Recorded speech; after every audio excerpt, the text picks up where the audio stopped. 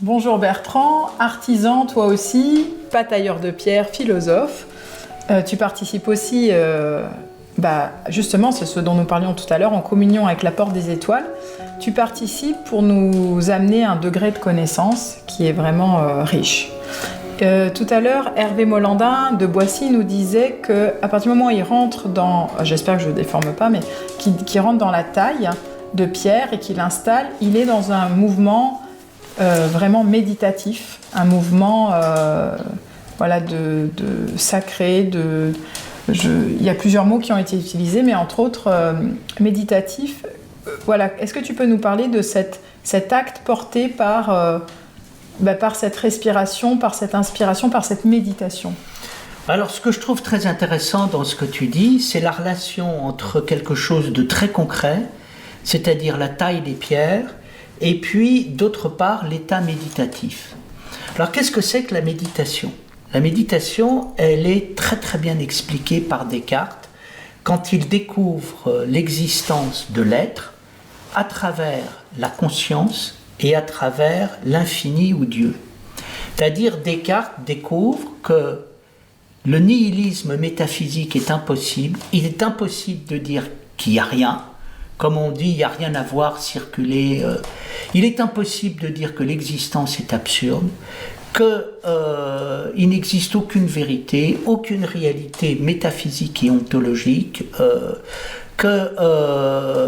et donc que nous vivons dans un rêve, comme disait Calderon, ou dans la folie, comme disait Shakespeare. C'est-à-dire, il est impossible d'avoir cette révolte métaphysique qui consiste à dire d'une manière violente, agressive, qu'il n'y a rien, et puis de nous laisser en état de désespoir après avoir véritablement reçu une bombe dans la figure. C'est-à-dire qu'il y a quelque chose qui est un attentat métaphysique, nihiliste, fanatique, terroriste, qui consiste à dire il n'y a rien. Et je vais vous désespérer, je désespère tout le monde. Bien.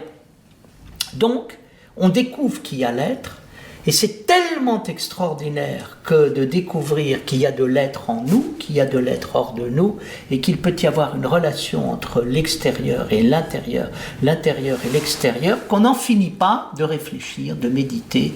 Et ça, c'est important. Par exemple, c'est un sentiment que j'ai. Découvrir la plan métaphysique, c'est découvrir ce dont parlait Héraclite quand il dit l'ordre que l'on ne voit pas est beaucoup plus profond que l'ordre que l'on voit. Et essaye d'imaginer que, en fait, la réalité fondamentale qui existe vraiment, tu la vois pas. C'est ce que j'allais dire, ça rejoint complètement la physique quantique. Je pense à Nassim Haramein, qui nous rappelle à quel point le visible est une fraction...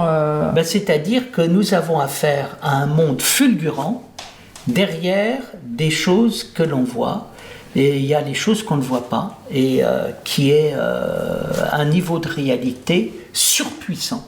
Voilà. Et donc ça donne à réfléchir, ça crée un état d'éveil, de stimulation, de douceur, de bonheur, d'amour, Enfin, c'est merveilleux, quoi, quand on est dans cet état. Bien. Alors, qu'est-ce qui est important et intéressant, c'est de vivre cette méditation à l'occasion de quelque chose de très concret.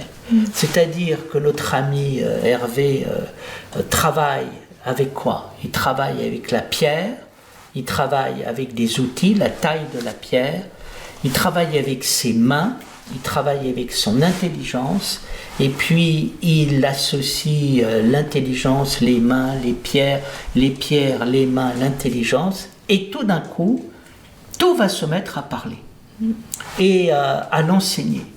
Et donc, il va découvrir de l'intérieur de la pierre. La pierre, il croyait connaître la pierre, il va percevoir que en fait la pierre lui apprend des tas de choses. Il croyait connaître ses outils, il va découvrir ses outils. Et puis il va découvrir ses mains. Et puis il va découvrir son intelligence. Et puis il va découvrir ce simple fait de tailler une pierre qui va devenir un monde. Par contre, quand tu parles d'intelligence, que nous mettions bien d'accord, parce que j'allais dire, je te connais un peu, Intelligence, ça n'est pas que cérébral. C'est l'intelligence et la capacité de voir derrière les choses, Ah oui. interligéré, de voir derrière les lignes, donc de savoir lire. Alors, bien évidemment, le mental a sa place, il n'est pas mauvais si tu le canalises, et donc... Mais il ne prend pas toute la place. Il ne prend pas toute la place, et il permet aux autres intelligences d'exister. Alors, qu'est-ce qui se passe ? Il se passe que tailler une pierre devient un moment de rêve, de rêverie, où tout d'un coup on est parti dans une aventure, et ça donne des choses tout à fait étonnantes. Alors, qu'est-ce qui caractérise la taille de la pierre ? Ce qui caractérise la sculpture, c'est que l'outil rencontre la pierre, et l'outil ne fait pas ce qu'il veut. Et que tout d'un coup, il doit tenir compte de la pierre et parfois il doit contourner, il doit trouver des trucs pour arriver là où il en est.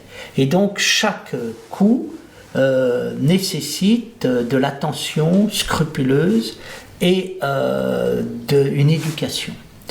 Et par là même, on peut permettre de comprendre ce qu'est pour Aristote la définition de la sagesse et de la vie, résumé par cette formule, c'est en forgeant qu'on devient forgeron.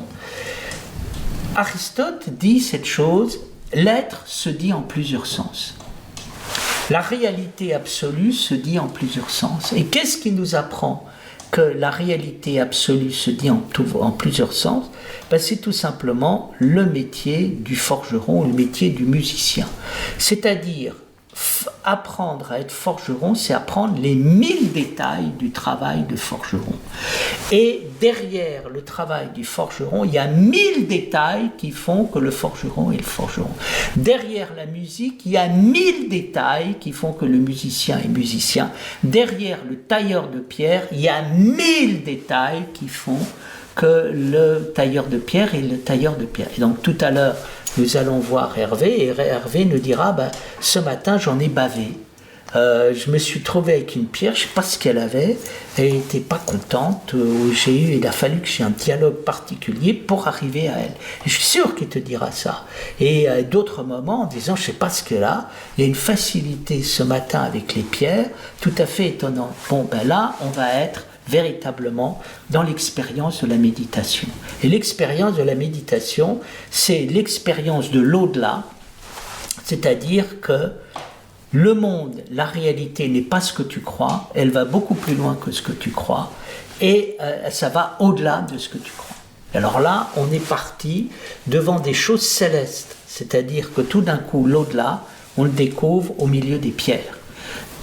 Et c'est ce que dit le Christ quand il dit la pierre que les bâtisseurs ont rejetée, c'est la pierre de l'angle, c'est celle qui permet à tout d'être bâti. Qu'est-ce que c'est que la pierre ? La pierre de l'angle, c'est la pierre qui est particulièrement réfractaire, difficile, et on se dit qu'on ne va pas arriver à la sculpter, et c'est elle qui est la plus intéressante, qui a le plus de richesse, et donc ne rejetez pas. Donc ça veut dire que le royaume des cieux est d'une infinie richesse. Ça vous apparaît comme très rébarbatif au départ, mais c'est là que se trouvent les choses les plus géniales.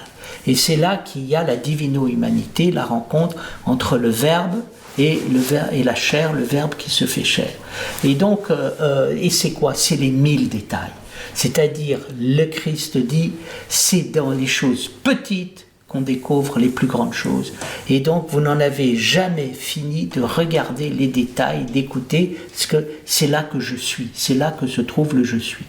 Voilà. C'est intéressant par rapport aux détails, il nous a expliqué qu'il n'y aurait aucun déchet, il y a même des petits fragments de pierre, tout à sa place, tout est juste et tout est utilisé. Et pour lui, c'était aussi une métaphore par rapport à l'humanité de dire que chacun est utile à l'édifice. Et tu as vu comme quoi, au fond, je ne me suis pas trompé dans mon raisonnement en disant chaque détail est important et attention, il y a un éclat de pierre, ne le néglige pas, tu vas pouvoir le réutiliser et tu seras très content de ne pas l'avoir négligé. Et là, on rentre dans la vie divine, c'est-à-dire mais les choses sont d'une richesse que tu n'imagines pas et chaque détail compte. C'est ça que veut dire la pierre de l'angle. On prend la pierre des bâtisseurs. Et donc c'est elle qu'il faut. Et en même temps, le Christ est le maître. Pourquoi ? Parce qu'il nous dit, mais l'infini, il se trouve dans les choses. Hein. Et il y a des choses infinies qui se passent. La découverte du calcul infinitésimal, c'est d'avoir découvert que l'infini n'est pas au-delà, il est entre 0 et 1. Dedans. Voilà. Entre 0 et 1, tu as l'infini et l'infiniment infini. Et du coup, Hervé nous disait que pour lui, dans cette porte des étoiles, du coup, c'était aussi le mariage entre ce qui est en haut et ce qui est en bas. Ouais, voilà. Donc, et lui, il le vit dans les mains. Oui. Tu comprends ? Il le vit dans les mains. Il a même parlé dans le corps parce qu'il disait que... Parce que je lui disais que parfois, j'avais l'impression qu'il caressait la pierre. Parce que je le vois bien bouger, sentir. Et en fait, il parlait de la géométrie de la pierre au-dedans de lui. Comme s'il il y a quelque chose d'un volume qui vient se travailler. Tu regardes le mur qu'il est en train de faire, magnifique, et tu t'apercevais que c'est un bouquet de flammes qui va du bas vers le haut. Et tu t'aperçois qu'il est rentré, il a transmuté les pierres en feu. Et si tu regardes la cathédrale de Strasbourg, c'est exactement la même chose. D'accord. C'est le feu qui part de la terre vers le ciel. Et donc il y a cette gerbe, tu vois, qui part, qui est la gerbe de la vie, qui est l'univers en expansion. Alors c'est drôle ce que tu dis parce qu'il nous a expliqué qu'il y avait des pierres qui étaient colorées sur autour le mur en clapier ou clapasse comme ça se dit ici, qui est rosé, et en fait il nous a expliqué, parce que moi je me suis demandé pourquoi elles étaient roses, c'est qu'il y avait sûrement un foyer à l'époque, un feu. Il y avait réellement du feu qui a pendant des années travaillé la pierre, qui l'a colorisée, et là tu parles du feu à l'intérieur de la porte des étoiles. Finalement quelque chose du feu qui ne brûle pas, nous rejoignons le buisson ardent. Il rejoint en tout cas le fait de s'inscrire dans le cycle de la nature, marqué par les 4 éléments, l'eau, la terre, l'air et le feu. Et ce qui est très important, c'est qu'il y a la transmutation entre la pierre et le feu, c'est-à-dire le feu qui part de la terre vers le ciel. Et donc il y a visiblement quelque chose de ce type-là, tu vois, et qui entraîne les choses très spirituelles, puisqu'ici il y a le baptême de l'eau, il y a le baptême du feu. Oui. C'est drôle parce que le linteau et la pierre centrale, il y a vraiment des vagues. Et il a parlé de l'eau, il a parlé de la fluidité inscrite dans la pierre, mais elle ne peut être corrélée qu'au feu. Pour qu'il y ait transmutation, il faut les deux. L'eau nous emmène dans les profondeurs, le feu nous emmène dans l'air, et puis après, il y a la retombée sous la forme de la terre, et ensuite la terre qui devient de l'air. Et donc il y a dans ces mouvements, premier mouvement l'eau et le feu, deuxième mouvement la terre et l'air, et troisième mouvement le rassemblement de l'eau et du feu et de la terre et de l'air. Et on s'aperçoit que là, il y a une dynamique. Les soufis parlent du coup, quand il y a au-delà de ça, du coup ils parlent de l'éther. Que du coup les 4 éléments physiques vont dans les 4 éléments éthériques, et donc il parle du 5e élément, l'éther. Et le 5e élément, pour reprendre le titre merveilleux du film de Luc Besson, tout à fait. C'est-à-dire c'est le moment quantique, tu pars du carré et tu vas au-delà du carré dans ce que tu ne vois pas et qui embrasse tout. Tu vois, donc là, et nous en revenons au cercle. Et on revient au cercle, et on revient surtout à quelque chose qui est la sphère, à travers la sphère qui se contracte dans le point, et le point qui s'épanouit dans la sphère. Donc on retrouve là des éléments avec une architecture sacrée, qui est une architecture intérieure qui construit notre temple intérieur d'une manière magnifique. C'est-à-dire que tout ça est extraordinairement organisé, et quand on obéit, pour reprendre notre thème de tout à l'heure, et qu'on écoute ce qui vient de l'intérieur, ça médite en nous. Et là, on vit quelque chose qui est la merveille, qui est au fond le 2e élément de la pensée. Après la pensée concrète, c'est le rêve, c'est la rêverie, c'est la capacité de pouvoir finalement jouer avec tout. Ça va être la vidéo suivante. Et danser, voilà. Mais c'est incroyable parce que Bertrand n'était pas là pendant que Phébé, Michel, Cécile et moi-même, nous étions auprès d'Hervé Mollandin. Et voilà, vraiment ce qui me touche, c'est, tu verras, il y a vraiment des similitudes par rapport à vos... C'est parce que j'étais pas là. Parce qu'il y a vraiment quelque chose de fondamentalement unifiant dans ce que vous dites et il y a vraiment des thématiques profondes qui se rejoignent. C'est-à-dire qu'au moment où je te parle, je me branche sur lui et lui me parle et il me guide dans ce que j'ai à te dire et il me dit alors tu vas parler de ce que je fais, donc tu vas simplement dire ce qui est.